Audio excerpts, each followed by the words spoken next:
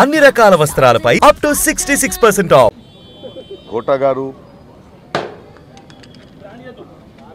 4 దశాబ్దాల ఒక ప్రయాణం సినిమాలో.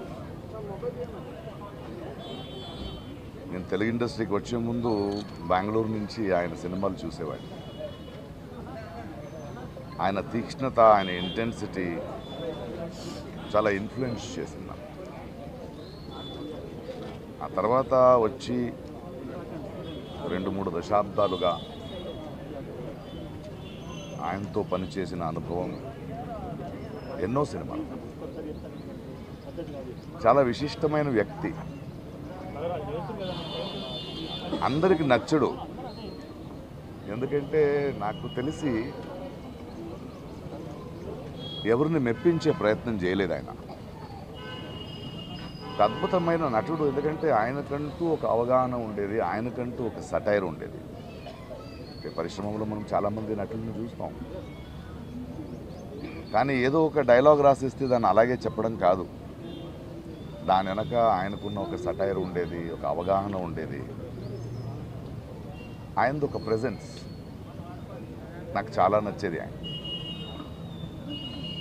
ఎవరిని వదిలిపెట్టాడు. ఎలాంటి మనిషి అంటే, అనయ్య అంబేద్కర్ అనే సినిమా రిలీజ్ అయ్యింది, ఎందుకో జనాలు చూడట్లేదు అంటే, ఏం లేదు ప్రకాష్, అది ముందు అంబేద్కర్ ఒక కటౌట్ పెట్టారు, ఆయన అక్కడెక్కడో చేయి చూపిస్తుంటే అక్కడ వెళ్ళిపోయారు. అంటే ఎటకారం కాదు అది. అలాంటి మంచి సినిమా చూడరు వీళ్ళు అనే ఒక ఆవేదన ఆయనలో ఉండేది. ఆయన నిరంతరంగా ఆయనలో చూసింది నేను, తెలుగు భాష, తెలుగు నటీనటులు, తెలుగు ప్రతిభలకి అంత పెద్ద ఎత్తున ఛాన్స్ దొరకట్లేదు. కొందరికి అది కుళ్ళు అనిపించేది, బట్ ఆయన ఆవేదన చాలా నిజమైందని నాకు అనిపించేది. ఒకసారి ఎవరో అడిగారు, ప్రకాష్ రాజ్ గారు పరభాష నటుడు కాదంటే, కాదండి, బట్ ఆయన తెలుగు నేర్చుకున్నాడు కదా, మనోడు అయిపోయాడు కదా. ఆయనకు అది ఒకటి ఉండేది. ఎందుకంటే నా భాషని తప్పుగా ఎవరో పలకిస్తారు, అనవసరంగా మన అవకాశాలను తీసుకెళ్ళిపోతారు అనేది చాలా నచ్చింది ఆయనది. సెటర్లు నా మీద కూడా వేసేవాడు ఆయన. నేను చాలా హ్యాపీగా దాన్ని తీసుకునేవాడిని. ఎందుకంటే ఆ పెద్దరికం, ఎవరి గురించి అయినా ముక్కుసూటిగా కమెంట్ మాడొచ్చును, చేసే చను ఆయనకి సంపాదించుకున్న వ్యక్తి. పోయిన సంవత్సరం షూటింగ్లో నేను, ఆలీ, బ్రహ్మానందము, బ్రహ్మాజీ మనమందరూ ఉన్నప్పుడు నాకెందుకో ఆయన చాలా గుర్తొచ్చి, ఎక్కడా కోట గారు అన్న. లేదు, ఈ మధ్య ఆయనకు ఒంట్లో బాగాలేదు, కొన్ని రోజులు సినిమా చేయట్లేదంటే నేను ఫోన్ చేశాను. ఏం చేస్తున్నావు? ప్రకాష్ చెప్పు. అలా కాదు, ఒంట్లో బాగాలేదన్నారు, షూటింగ్ లేదన్నారు, ఇంట్లో ఏం చేస్తున్నారు, బండి పంపిస్తాను రండి అన్న. ప్రొడక్షన్ నుంచి బండి పంపించాను, ఆయన వచ్చారు.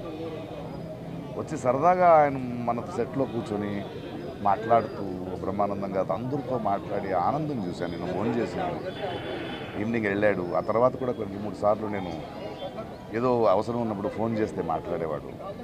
చాలా అద్భుతమైన నటుడు.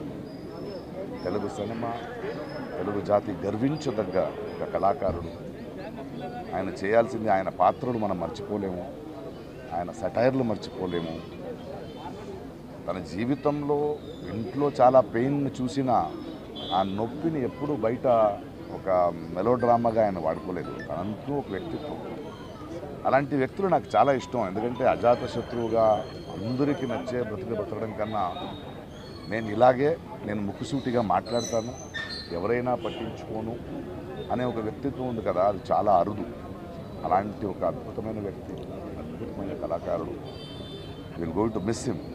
బట్ ఆయన మన తెలుగు పరిశ్రమకి, ప్రేక్షకులకి ఇచ్చిన అద్భుతమైన పాత్రలు, ఆ మూలంగా ఆయన చేసిన పనులు, ఆయన చెప్పిన కథలు ఎప్పుడూ గుర్తుంటాయి. Thank you Kota garu for everything. We love you, miss you. Thanks. Suman టీవీలో మీ పర్సనల్ అండ్ బిజినెస్ ప్రమోషన్స్ కోసం కింది నెంబర్కి కాంటాక్ట్ చేయండి.